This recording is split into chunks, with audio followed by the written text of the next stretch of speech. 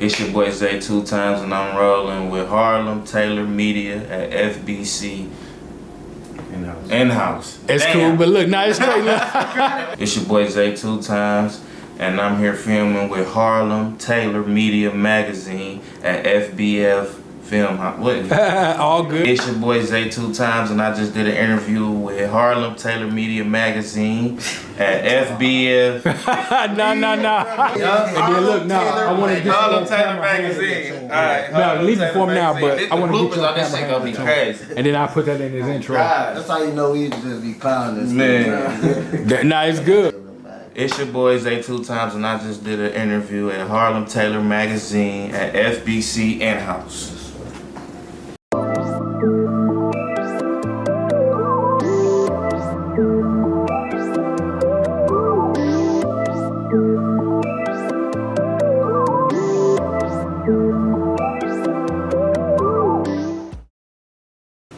Hey, another day, man, another dollar. Depending on who you is, man, it's another couple dollars, man. I'm sitting here with a couple of them guys now, I feel like. And I never introduce people, bro. I always let them introduce themselves. So let's start there. You tell these people who you are, bro. Hey, man, it's Zay 2x's. I got my boy Chris J. Bob. Say left. So the first thing I want to get into is just it, right? I get right into it, bro. I always tell people this too, and a lot of these interviews start this way, but I'm always telling people these aren't interviews, they're conversations. And I actually got to kick it with you off camera, you know what I mean? And I got to see, you know, in doing my research on you, who you were as a person. So before we get there, bro, let's talk about why we got you here. Let's talk about the music. Let's talk about what let's get to that first, because we got some shit to talk about. All right, I just dropped a mixtape. It's called Mailbox Money, 8 tracks. I lost all my music, like all of it. It just disappeared on my phone. I don't know what happened. But how many? Like how much music? Everything from, when I say like unreleased, I got like a lot of unreleased from like when I first started, from like 2021. That's gone. Did you have to just like completely start over? Yeah, I lost a lot of lyrics I had, like some of the stuff that I wrote in my notes. It all just vanished. Like I woke up one day, it was gone, and it ain't come back. So hold on, before we even continue, because first of all, we ain't in no rush, right? So let's. I was just telling somebody else this too in the last interview. I feel your pain. I lost 187 videos. My YouTube had 187 videos, and not just no normal content. Like I was really, you know, and like the feeling that you feel right now, like it was just gone.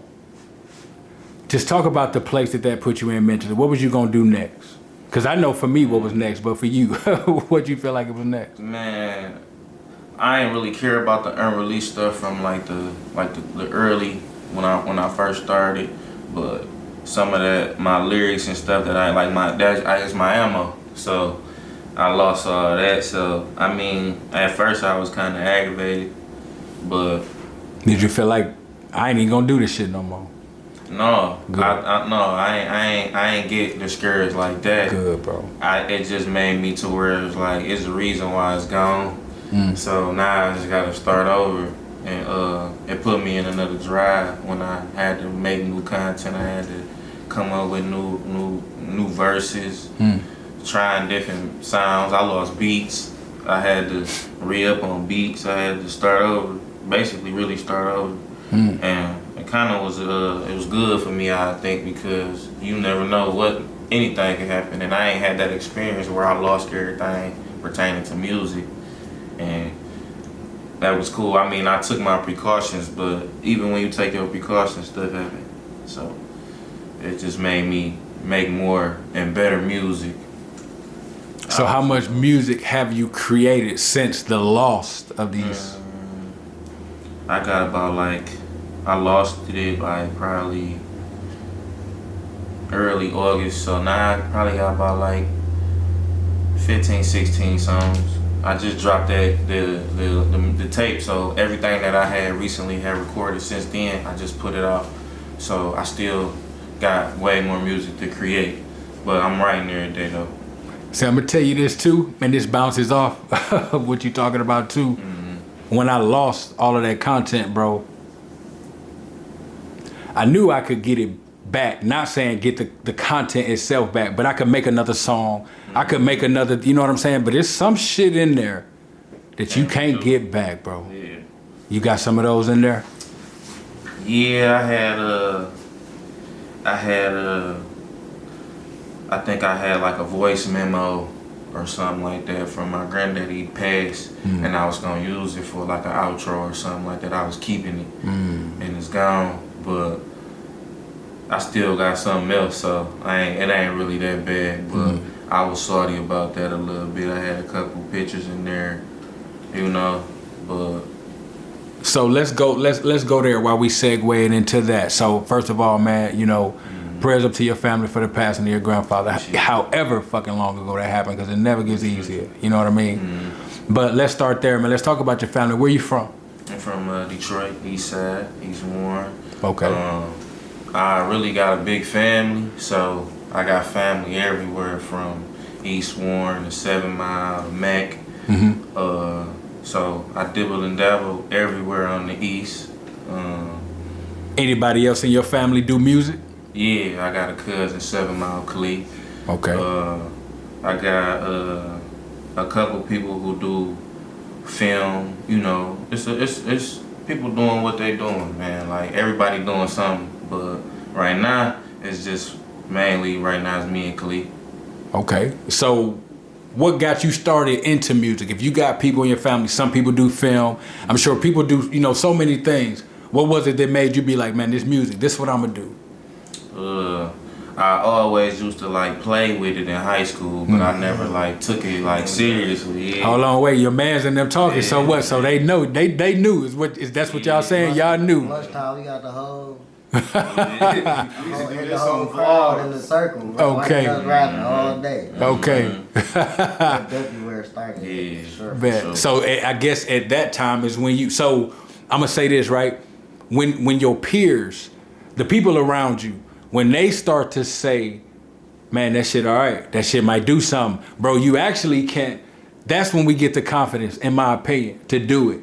Was it them around you doing that at lunchtime that told you, man, I could probably do something with this shit? No, I wasn't even interested in music then. Like I had started getting interested in music like pandemic. And I mean, I always liked music, but I never put the effort to be like, I'm finna go to the studio and record. I had like that bring me to my cousin. I got other cousins like 2K. They 2K and only 3. They been rapping and doing music and been singing. Chris been singing and rapping. It's just been it's been around me.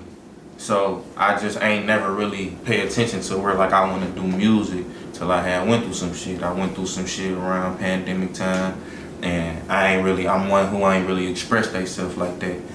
Writing something down it was easier for me to express what I was feeling at the time, and I ended up doing it on beats, rapping on beats, and it started to be kind of like sound decent. So being that it sounded decent, I kept doing it and kept doing it and kept doing it, and now I just been developing every time I do. So it seemed like, and of course, you know, before interview, we got to talk a little bit, and I got to, you know, holler at Von and Chris. I got to talk to them, and I'm not going to say they seem like they believe in you, bro, like they do. I see that. Yeah.